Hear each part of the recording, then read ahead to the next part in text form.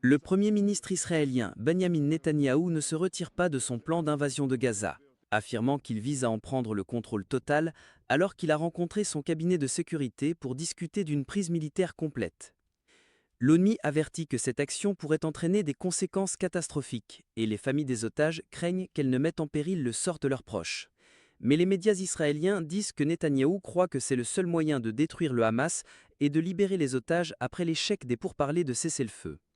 Le plan de Netanyahou prévoit le mouvement militaire d'Israël pour envahir tout le territoire, se rendant dans les zones où plus de 2 millions de Palestiniens sont maintenant concentrés.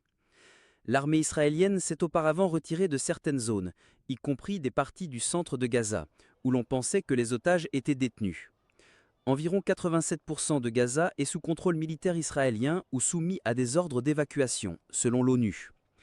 Pendant ce temps, le Hamas a réagi au plan de Netanyahou, déclarant que le Premier ministre israélien prévoit de poursuivre son approche de génocide et de déplacement en commettant plus de crimes contre le peuple palestinien.